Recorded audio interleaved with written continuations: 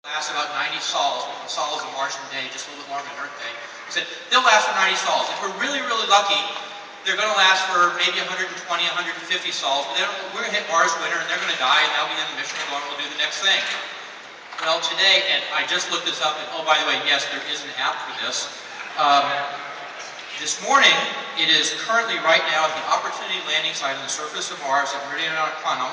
It is 4:51 a.m. on Sol 2902 of our 90-day mission. So, Team NIAC, this is your day.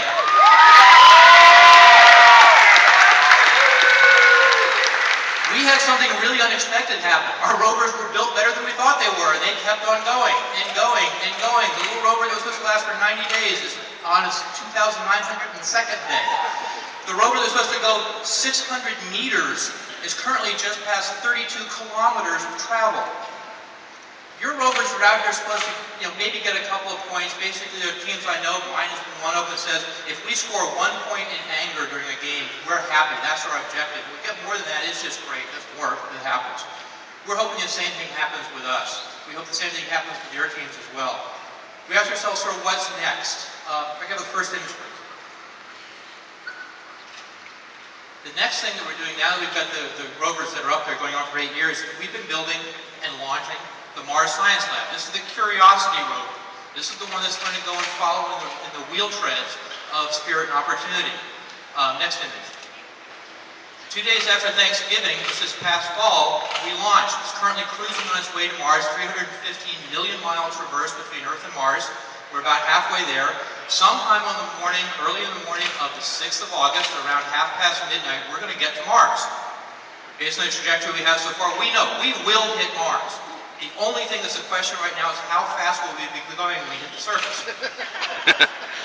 Having been involved with missions that have made craters on Mars before, I know what the potentials are here. They're not always the way you want them to work out. But this one's going to be a really different mission. This is going to be kind of cool. One of the things that happened on the previous missions, for those of you who remember, is that when we get to Mars atmosphere, we slow down with parachutes, and then we deploy airbags. So basically, just like the big airbags in your car, but much larger version. They surrounded the lander. We came down, we hit the surface, we bounced around, and the airbags absorbed all the shock. And then we eventually deflated the airbags, and the rover was inside, and we popped up and drove around. This one's going to be different. We said that landing system we used before wasn't weird enough. We need something really stranger. So, who knows what a Sikorsky Sky Crane helicopter is? Okay, we're developing our own sky crane. Basically, we come in, we have parachutes to slow the system down. There's a rover that's tucked up inside the spacecraft, and around that is a rocket-propelled helicopter. Is the best way to think about this thing. And it's going to slow itself down and slow itself down. About 10 meters above the surface, it's going to stop and hover on its rockets and basically lower the rover down with a bunch of cables down to the surface. And basically, it's going to sit there and hover and drop the rover down the surface. As soon as the rover hits the surface, we'll cut the cables. This sky crane will fly away. It'll crash about half a mile downrange. And the rover's going to be sitting there ready to start driving around. We thought that was really cool, but we also thought, why in the world would you have to do something like this? It's because a bunch of really, really smart engineers recognized that old system wouldn't work anymore, and we needed to create something new, something different. So we said, how do we do that sort of thing, and what's the purpose behind it? We got into a long discussion behind it, but the real bottom line was we recognized the problem. We took a bunch of smart people, we threw them at that problem, and they came up with a very different alternative solution that, keeping fingers crossed, on the 6th of August is going to work really well and deliver a payload to the surface of another planet. Think about what you guys have been doing. We've given you a really, really hard problem. We've given you a completely insufficient timeline. We haven't given you enough budget. We've given you a workforce that may not have been as highly trained as possible. We've basically given you a very limited set of parts and said you can only do certain things. We gave you a really hard problem to see if you could come up with an alternative design problem solution. Could you come up with a different, creative way to solve this problem? Could you go through the same experience that we go through when we design a Mars rover? We want you to discover what happens when you do that, when you innovate, when you create, when you allow yourself to imagine something different, and how you can build on that idea. The same sort of constraints that we have when we launch, where we can't use certain materials, we have to be on time, we have to be within budget, we have to use the workforce we have.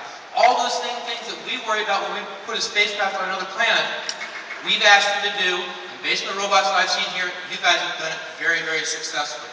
For that, take that lesson with you.